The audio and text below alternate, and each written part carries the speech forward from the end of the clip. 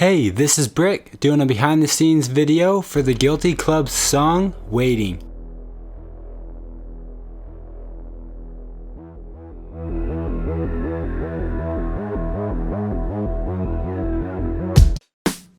This project had a lot of challenges, but it was a lot of fun. If you haven't seen the real video yet, take a look at it first.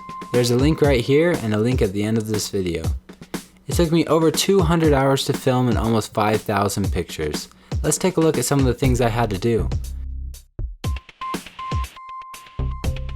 The lighting was one of the most important elements to the music video. I decided to buy a bunch of mini LED lights and set them up like you would see in a real stage. This turned out to look pretty good. However, the challenge I faced with these LEDs is that they were battery powered, so the level of light they put off was changing as the battery would die. This meant that the lighting was harder to keep consistent. If you watch the video, you can see this happening. However, I just went with it and it turned out to look like it was done intentionally. I wanted to have the colorful LEDs, but I also wanted to have white LEDs to make a spotlight effect. When the LED was put on originally, the light was able to brighten everything and it did not look like a spotlight. I added a Technique brick to the front of the support to give it the spotlight look. The beginning of the movie is my favorite part of the whole movie, and in many ways was the most time consuming. To add the glow-in-the-dark elements and flashing lights, I did a couple of things. First, with the glow-in-the-dark elements, I had to turn the light on, then turn it off, then quickly take the picture. To make the glow pieces really stand out, I had to turn the ISO up very high and the shutter speed up to 8 seconds.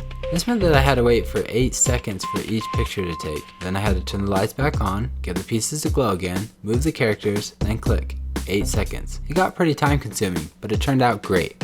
With the flashing glow pieces for the cymbal taps, I used a layer of plates carrying glow-in-the-dark cone pieces that could be taken on and off easily. Every time a click of the cymbals happened, I would turn the lights on, get the glow pieces lit up, then place the strip on and take a picture, adjusting the shutter speed each frame to make it have a quick fade in and then fade out. Again, a bit time consuming, but it was worth it. With the whole stage flashes on the bass drum beats, I used lights with a high shutter speed to give it the effect of having the lights off and then turning them on quickly and having a light burn. Again, adjusting the shutter speed and ISO to make the lights fade in and out. Adding the GC to represent the Guilty Club was somewhat of an afterthought. Shane, from the Guilty Club, is actually the one who inspired me to use the clear brick pieces. I had originally just used colored bricks. With the clear bricks, I decided to add an LED in a Lego box to give the letters a glowing color look.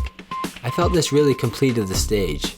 I made the box as reflective as possible so that the light would be amplified outward. Raising the drum set from the ground was also an afterthought that I really feel paid off. I actually ended up deconstructing my whole stage to make it possible to do. I added an elevator-like shaft to make the drum set be able to raise from the ground. With stop motion animation, it is very important to be able to keep the set still while taking the picture, so I knew I needed to make raising the drum set on some kind of track. So I created one out of Technique pieces.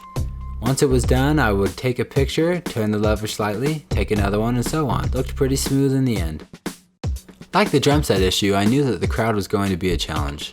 In stop motion animation, the animator has to physically make every movement that takes place. I had about 25 crowd members, so to animate them cheering, I would have had to move every person, all 25 characters, every frame, while keeping track of the focus of the shot, the band members. I didn't want to have to do this, so I decided to build a mechanized system.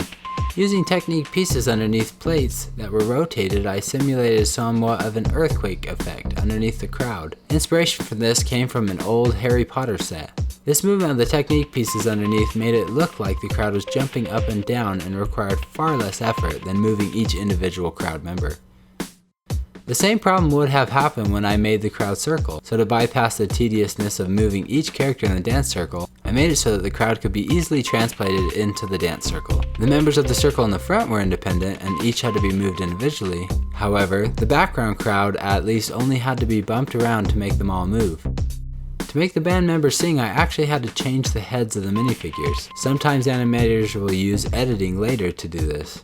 I wanted the effects of the videos to be in camera, so every time a band member would sing, I had faces ready to change in and out to allow them to sing and have expression.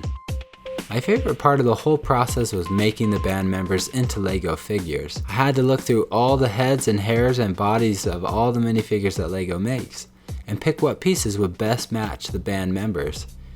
In the end, I felt like it really looked like each member of the band.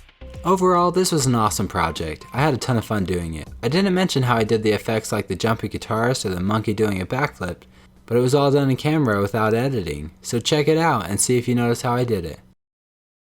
If you like this video, make sure to check out the real rock concert stage video of the Guilty Club's song, Waiting. And of course subscribe for more awesome LEGO videos.